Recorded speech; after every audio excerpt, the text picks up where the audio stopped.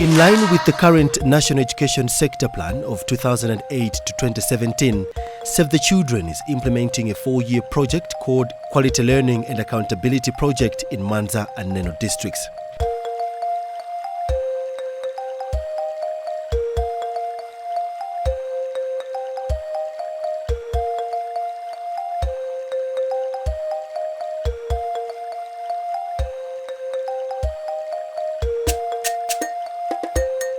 The project is funded by the Norwegian Agency for Development Cooperation, NORAD. It is designed to ensure that children get access to high-quality basic education by providing a conducive learning environment that enhances the learning and development. The Senior Manager for Education and Child Development for Save the Children explains the relevance of the project. We decided that we should implement this project because we identified challenges. So our challenge, actually the project is addressing those challenges. And what we want to achieve is an improvement in those areas where we identified the challenges. So for education, our key challenges, our two key challenges were poor learning environment, which was demonstrated by issues of low learner outcomes in the areas of reading and numeracy. A very good example is the early grade reading assessment, which was done nationally by government with support from USAID, which indicated that about 1/5 of the learners in standard 4 they were not able to study independently. In other words, they were not able to get a text and read it and prepare themselves for schoolwork, which is very serious. It means that learners are not able to grasp reading skills at the right time. And then secondly, we also noted very weak linkages between schools and the communities, very weak support between parents and teachers over the child. So that's why we have those those two outcomes, focusing on improving reading and numeracy outcomes, and then strengthening the engagement of community members in supporting the improvement of learning environment at school. At national level, the project has involved key stakeholders in as far as delivery of quality basic education in Malawi is concerned. Director of Basic Education in the Ministry of Education observes the QLOA project will enhance the achievements of objectives that are underlined in the National Education Sector Plan. Within the plan, our focus is on moving towards quality education with an emphasis on empowering the school. So obviously this project will help in ensuring that we have a better, improved and quality provision to our children. As long as the teaching and learning environment is very poor, then it doesn't matter whatever brilliant things you bring into the environment, they will not work. So by improving the environment, we hope that it will then induce effective teaching and learning. Hopefully, the problems of dropout will be reduced, the problems of repetition will be reduced, and indeed, hopefully, they will have enhanced teaching learning outcomes.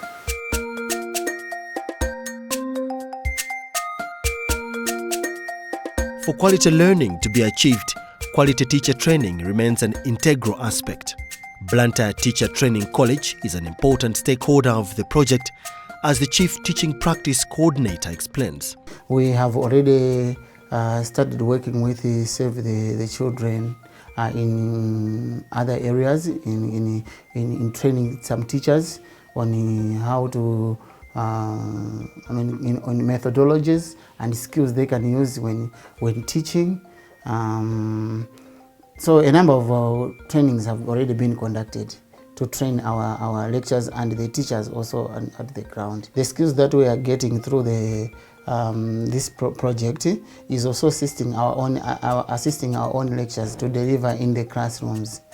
So much so that at the end of the day, the students that we are also producing are of quality, because we are right now doing what we call practical or teaching practice practicals at demonstration schools. So we get our students to demonstration schools. Now, using the skills that our lecturers have learned through this particular program, we have really seen an impact that most of the students, when they get to demonstration school, they are really performing.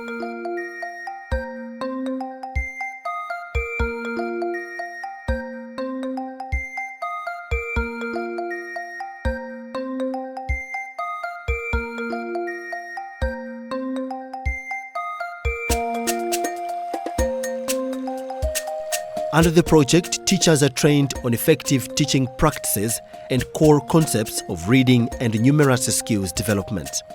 Agnes Kaula is a teacher at St. John's Primary School in Mwanza District. She has been a teacher since 1995. Things changed for the better for her when the QLA project commenced in the district in 2015. She attended the teacher training session, which strengthened her skills in teaching, learning and assessment of reading and numeracy for early grades. Agnes starts by sharing some of the skills she learned at the training session. Anatifunza masewera osiyana amene timaphunzitsa ana wa klasi. Masewera ake ndi omwe aja amene ana amaphunzira ku nyumba, koma tinangowatenga ndi kuyikamo maphunziro amene iwowo anawa amaphunzira pa sikulu panopa.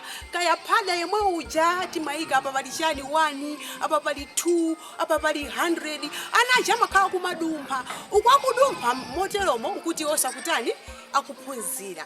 Chichewanso nachonso chabweranso mwina mwake mwachilendo mwakuti olo anawo akumakonda kubwera ku skulu. Poyambapo tine ndi vuto ana amajomba ku skulu. Komano titabweresa upangiri ukadaulo umene atitrain as Save the Children.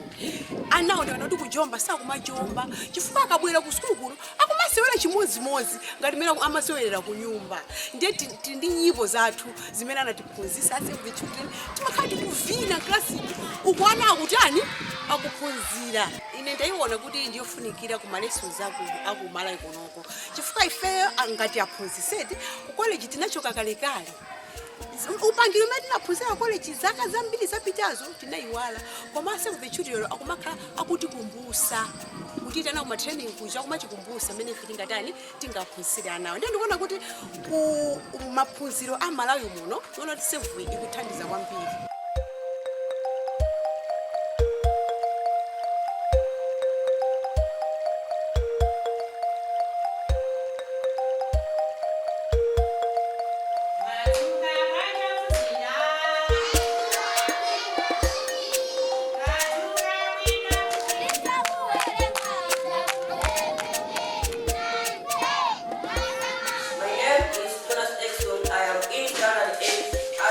Harriet Mbulama is a teacher at Shughuli Primary School in Neno District. She's the matron of a child-led club at the school. She shares more about child tracking component implemented by the club. To the learners, we make sure that all learners do attend the club activities. For example, quiz and press conference, drama, and etc. We have given learners a chance to follow their friends who are absent from school through child tracking. They go and consult those learners with their parents and they find out why the learners are not coming to school. And also, as we are teachers, we do follow our learners in classes when they are absent. We make sure that the learners are back in schools.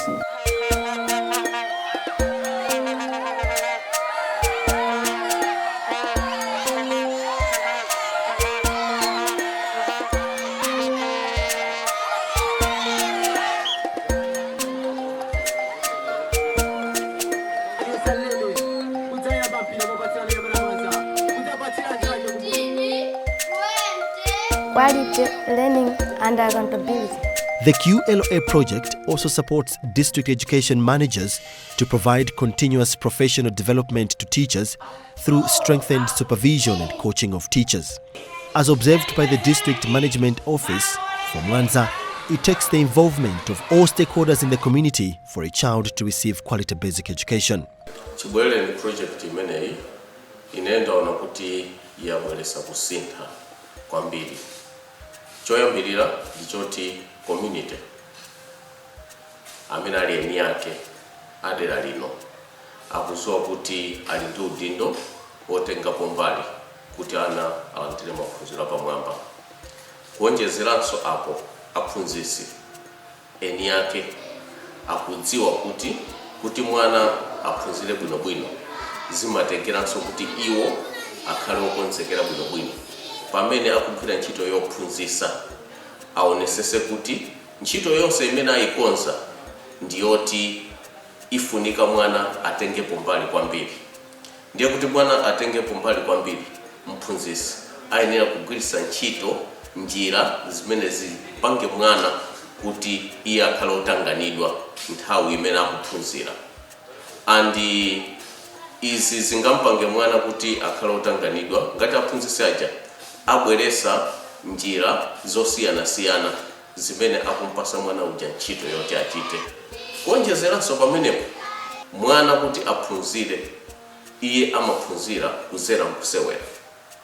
Ndiye aphunzitsi ayenera kubwera ndi timasewero tosiyana-siyana timene ayenera kumatika mkati mwa ntchito imene iwo ayikonza pamene akuphunzitsa, kuti ana aja azitha kukumbukira kwambiri zimene iwo akuphunzira kuzera mkusewera komanso malinga ndi dongosolo limene iwo alikonzanso loti kaya ana agwira ntchito yolemba, zimenezo zikhale mkati mwakemo.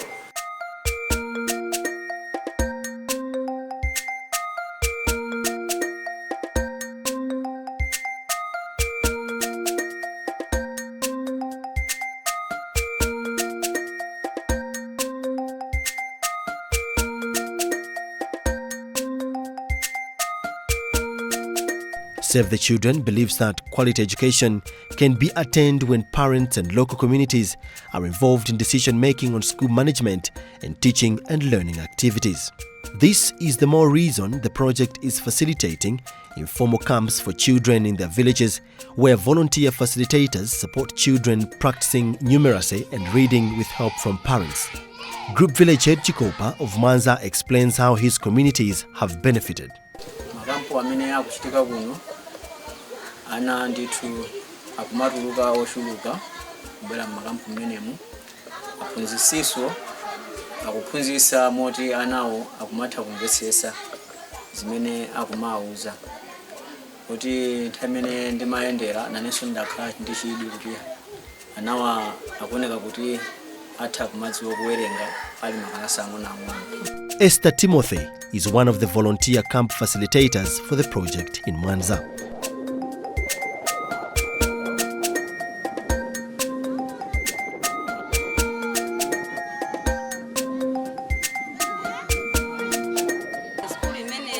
Madzulo yathandiza ana ambiri ori mwina masamu amavuto ku primary uphatikizira kuchotsera samakwanitsa bwinobwino komano pamene yabwera no school imeneyi ya mudzi ma school atsimba kuzoti ana ambiri ndipo akukwanitsa kumatha kuwerengera kumadziwa zoti nambala ili kaphatikiza ndi kapena 1 kuphatikiza ndi 5 asala ndi 6 ana ambiri zimenezo akutha kukwanitsa. Esther observes that there are challenges that may limit the progress of education in the district if nothing is done about them. Zipangizo ndizosakwanira monga ngati mabuku pamapezeka zoti mwina phunziro 1 lili ndi buku lake, phunziro 2 so buku lake, komano mabuku ndosakwanira anatipatsa ochepa. Ndezo mapezeka kuti litipitirize kwinako zimali kufoti mabuku ake amapezeka kuti palibe kapena kuti zimene zofunika mu phunziro zina ndi zina palibe. Dendi tukuzikuli mafuta amene alipo ndi amenewo komanso malo ophunzirira ndosalongosoka fali maphunzirira pasi pa mtengo pamene pali sizili zinthu zofuta kuti nyengo ya mvula ibwere ndiye kuti mwina maphunziro athu akhozanso kuibwerera mvula chifukwa cha malo amene tikuphunzirira. Ndithu kumbali ya malo ndiye tikudandaulira kwakukulu chifukwa ndi nyengo imene tikupitayi sitidzikwanitsa kuti tidziphunzirira pa mtengo pomwe pamafunika padi akapezeka ndithu nyumba yabwino yomangidwa kuti tidzikumanamo ife ana atsimba.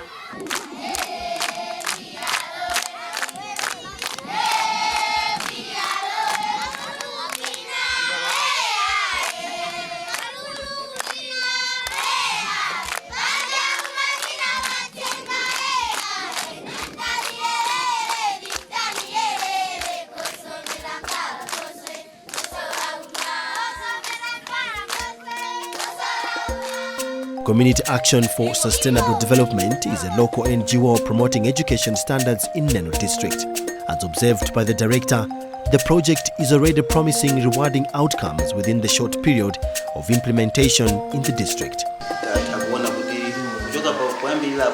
Apozisi analibeko maskills ali wose okuza na masubject amentu kunena akuza chicha okumaso amasamu koma adandi na mapuziro tukutakuona kuti maskills amena phuzisi ametla bidwa project tukutakuona kuti anapita mapuziro sena sena mapuziro amena apitale alandira so maskills sena sena amena akutenga maskills aja akumapanga apply mu classes amene akumapuzisa Jonjo anaso tukuna kuti akwanga benefit komaso chakumva ngompano project isinangwanganira skulu zokhaso yapita so kumudzi kumene kwakakazikisira matsimba chimene chikuthandiza so kuti anaja akaja kusiti kungomwangana mwana skulu jakakhala class tikumutenga so mwana skulu jakauka class tikoda akapita kumudzi akapanga chani therefore Jonjo akachoka kumudzi akachoka kuskulu jakapita masana amakumana so ndi amavolontia amene asakidwa amidzi amene akumataso kumakaphunzitsa so anaja kuchokera so magawo akuda omwe aja makamaka achichewa komanso amasa chichewa aja ninapingati zoveka ndikoti mwachidule tinganena kuti akaja komene kuti akabwera kumuzi anaja akakhala so kuti akukhaso ndi mpata wa kumuzi kuti azingokhala kusuku kuni muzi kuti azikasewera komanso akuthaso kupeza kuti akukhandi nthawi yambiri yopanga maphunziro.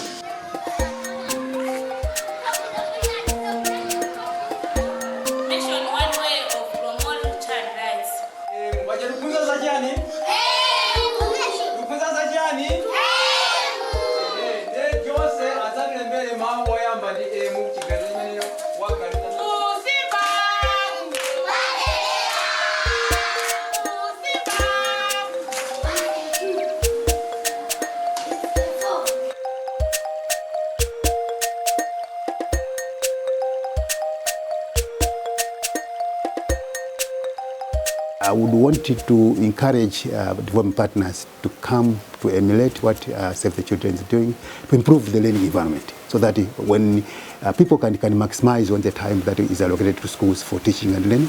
Because currently, especially when the rains have started like this, then very little teaching and learning takes place in schools. So my plea is for all people concerned to help us in improving the environment in which teaching and learning takes place.